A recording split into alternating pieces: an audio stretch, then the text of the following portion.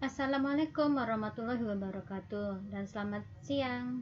Hari ini kita belajar tentang fluidostatis, yaitu aplikasi hukum pokok hidrostatik. Tujuan percobaannya adalah menentukan massa jenis zat cair. Jadi hari ini kita akan melakukan simulasi percobaan. Alat dan bahannya, yang pertama adalah pipa U, kemudian ada larutan aquades, kemudian ada minyak sayur, ada mistar atau penggaris, dan terakhir ada pipet tetes. Langkah percobaannya adalah, jadi siapkan sebuah pipa U, ditegakkan ke atas, kemudian pada salah satu sisi dari pipa U diisi dengan aquades, sedangkan pada sisi yang lainnya diisi dengan minyak sayur. Nah, pada hasil percobaan, nanti ini akan terdapat perbedaan ketinggian antara air dengan minyak sayur. H1 ini untuk air, H2 ini adalah untuk minyak sayur. Nah, kemudian kita ukur berapa ketinggiannya dari batas antara minyak sayur dengan air ini, ukur berapa tingginya dengan menggunakan penggaris atau mistar.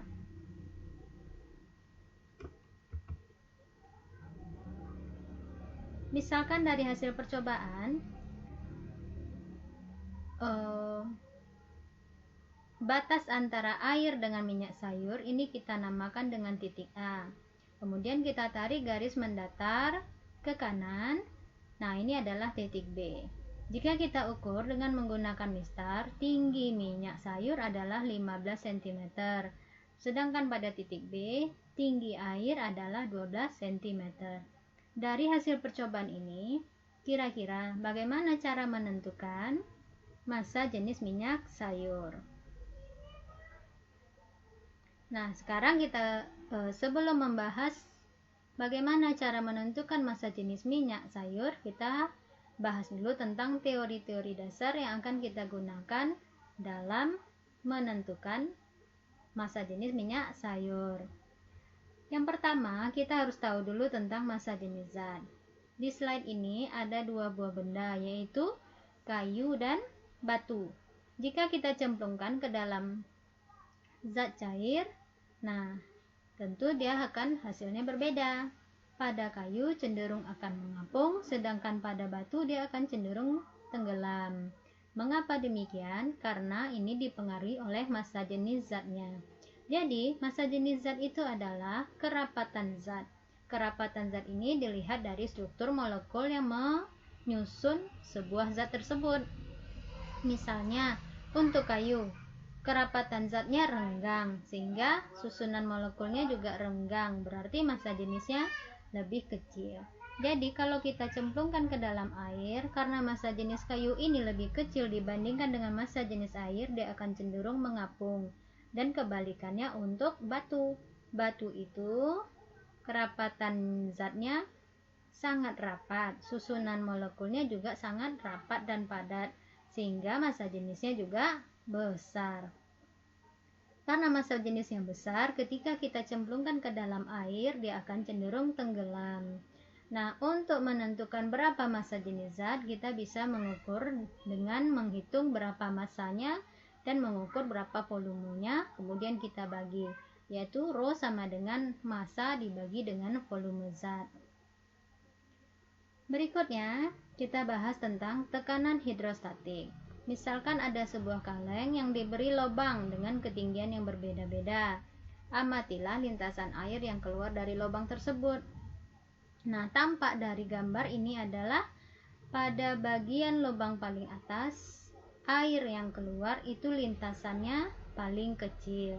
Kemudian pada lubang yang paling bawah, lintasan airnya keluar adalah paling jauh.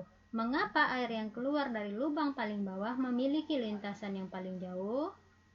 Nah, hal ini disebabkan oleh gaya gravitasi. Jadi, gaya gravitasi menyebabkan zat cair dalam wadah selalu tertarik ke bawah.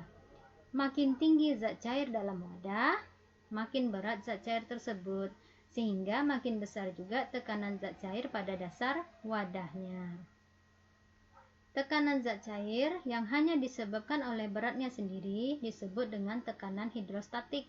Besar tekanan hidrostatik adalah P0 ditambah rho GH. P0 ini adalah tekanan udara ditambah rho massa jenis zat cair, G ini adalah percepatan gravitasi, sedangkan H adalah kedalaman. Sekarang kita akan belajar konsep yang ketiga, yaitu tentang hukum pokok hidrostatik. Misalkan, ini ada sebuah tabung, bentuknya seperti gambar di slide ini, diisi dengan larutan air. Nah, tampak bahwa air ini permukaannya akan cenderung mendatar horizontal. Misalkan, kita ambil sebuah titik di dalam zat cair tersebut, horizontal, mendatar horizontal. Jadi ini misalnya titik A sejajar dengan titik B, sejajar dengan titik C, sejajar dengan titik D. Maka tekanannya, rumusnya itu kan adalah rho GH, P0 ditambah rho GH.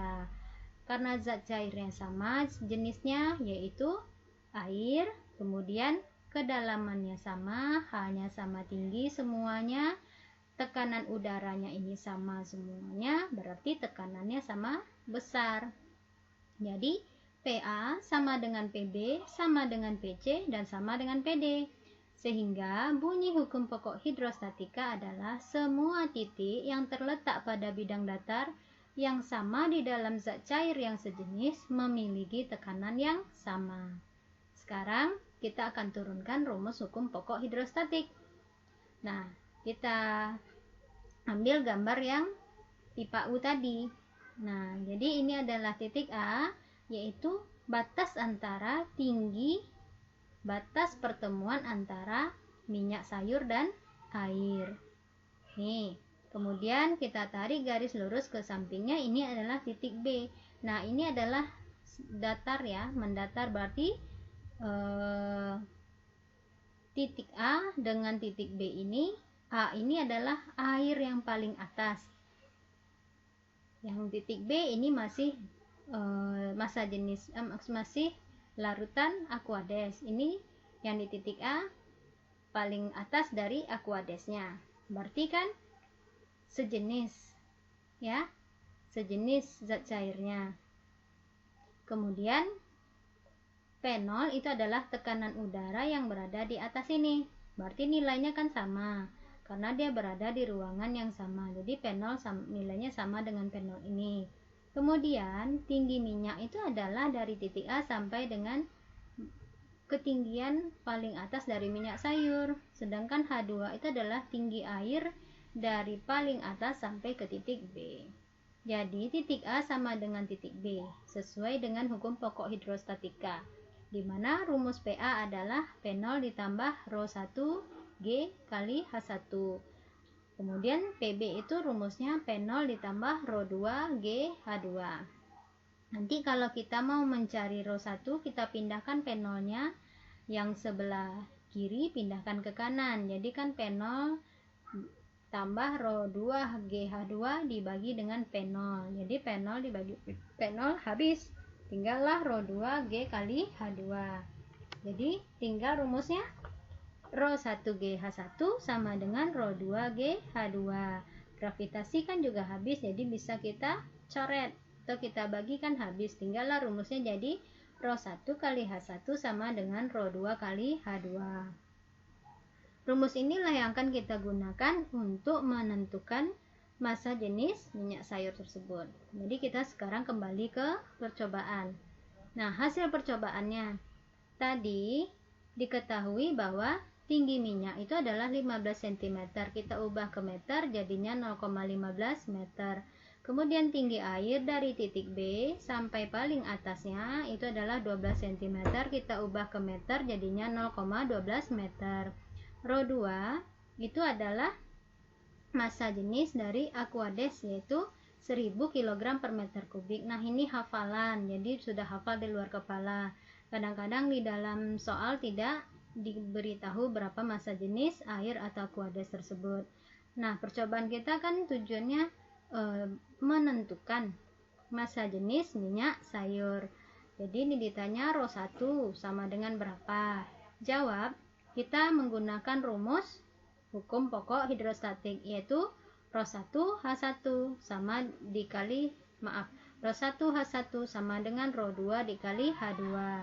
Jadi Rho 1 sama dengan Rho 2 kali H2 dibagi H1 sama dengan 1000 kg per meter kubik dikalikan dengan 0,12 meter dibagi dengan 0,15 meter.